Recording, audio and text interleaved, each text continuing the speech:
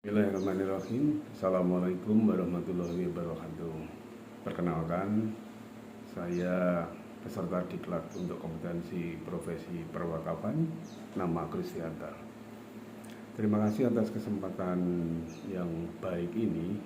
Pada kali ini saya ingin menyampaikan sebuah tema para pihak dalam perwakafan. Bapak Ibu, khususnya Bapak Ibu narasumber yang kami hormati, seperti yang kita tahu bahwa perwakafan ini merupakan praktek untuk memberikan aset atau kekayaan untuk kepentingan umum. Ini seringkali melibatkan dalam perwakafan ini di mana seseorang yang menyumbangkan properti untuk kepentingan publik seperti pembangunan rumah sakit ataupun pembangunan masjid dan fasilitas umum lainnya. Adapun pihak-pihak yang terlibat dalam perwakafan ini ada beberapa. Yang pertama adalah peran wakif. Wakif ini pemberi wakaf.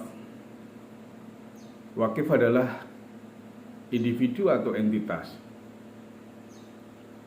yang menyumbangkan aset atau kekayaannya untuk kepentingan umum.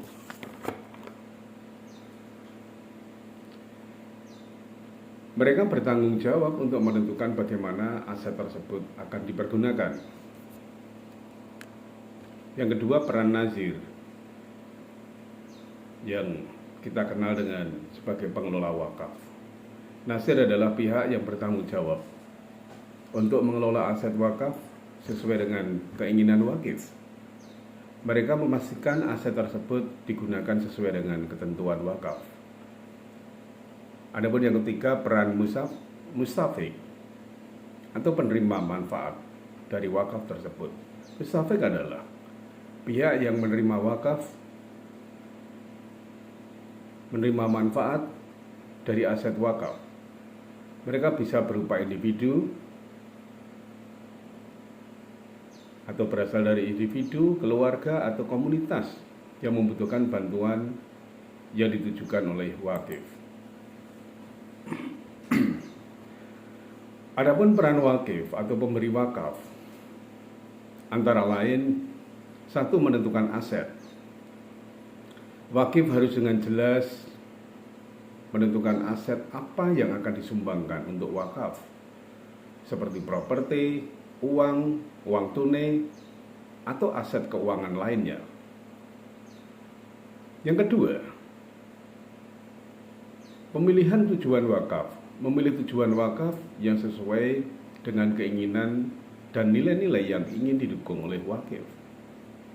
Ini bisa berupa pembangunan fasilitas-fasilitas pendidikan, fasilitas kesehatan, dan atau tempat ibadah. Yang ketiga, proses pembuatan surat wakaf. Jadi peran wakif satu diantaranya juga menyusun perjanjian wakaf yang memuat ketentuan-ketentuan serta aturan-aturan dalam pengelolaan aset wakaf, sehingga segala sesuatunya dapat terdokumentasi, tercatat dengan jelas. Yang kedua adalah peran nazir atau pengelola wakaf. Seperti yang kita ketahui, pengelolaan aset nazir bertanggung jawab. Jadi pengelolaan aset nazir ini bertanggung jawab untuk merawat dan mengelola aset wakaf, termasuk memastikan properti tersebut tersedia untuk tujuan yang telah ditetapkan. Penyaluran manfaat ini merupakan tugas kedua dari nazir, yaitu memastikan manfaat dari aset wakaf untuk disalurkan kepada mustafik sesuai dengan peraturan wakaf dan keinginan wakif. Manfaat yang ketiga, peran yang ketiga dari nazir adalah pelaporan dan transparansi.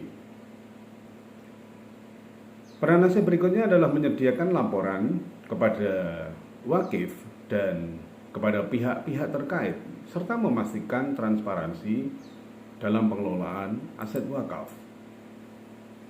Adapun yang ketiga, peran penerima manfaat atau peran mustafik. Yang pertama adalah penerima manfaat atau mustafik adalah pihak yang secara langsung menerima manfaat dari aset wakaf seperti layanan kesehatan, pendidikan, ataupun bantuan keuangan. Yang kedua, kelayakan mustafik. Mustafik pengidentifikasian penerima manfaat berdasarkan kriteria tertentu seperti tingkat kebutuhan, keberlangsungan manfaat, dan kelayakan lainnya. Berikutnya, keterlibatan komunitas menciptakan program yang melibatkan komunitas lokal serta memastikan keberlanjutan manfaat yang diterima oleh mustafik. Sedikit ada tambahan kerangka hukum dan regulasi. Peraturan hukum memahami peraturan wakaf yang berlaku serta hukum yang mengatur keabsahan dan pengelolaan aset wakaf. Para pihak berikutnya yaitu legislatif. Proses legislatif untuk mengikuti perkembangan legislasi yang berkaitan dengan wakaf untuk memastikan pengelolaan wakaf tetap sesuai dengan peraturan yang berlaku. Menyusun dokumen-dokumen hukum yang diperlukan untuk mendukung pembentukan, pengelolaan, dan penyaluran manfaat dari aset wakaf. Dalam pengelolaan wakaf, para pihak di bidang perwakafan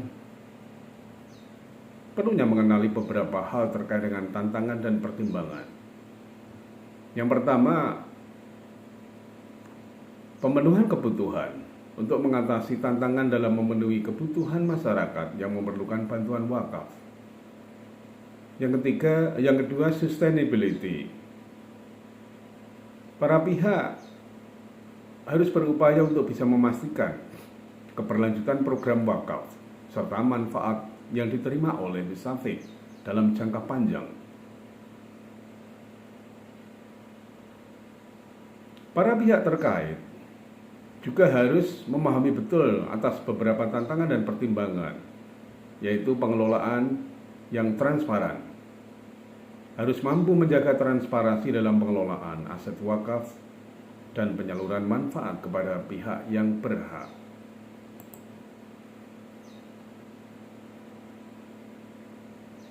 Kepada narasumber yang saya hormati, adapun kami menyimpulkan serta menyampaikan hal-hal penting terkait dengan para pihak terkait dengan pewakafan. Yang pertama adalah tujuan utama. Tujuan utama untuk memastikan aset wakaf yang digunakan untuk tujuan yang sesuai dengan keinginan wakif dan memberikan manfaat sesuai dengan manfaat sosial yang signifikan. Yang kedua, betapa pentingnya pengelolaan. Penting untuk memiliki pengelolaan aset wakaf yang efisien dan transparan demi mencapai dampak yang diharapkan. Berikutnya, yang tidak kalah pentingnya adalah tanggung jawab bersama. Pihak-pihak terlibat dalam perwakafan memiliki tanggung jawab untuk menjaga integritas, transparansi, dan keberlanjutan wakaf. Demikian saya sampaikan para pihak terkait dengan perwakafan. Terima kasih. Assalamualaikum warahmatullahi wabarakatuh.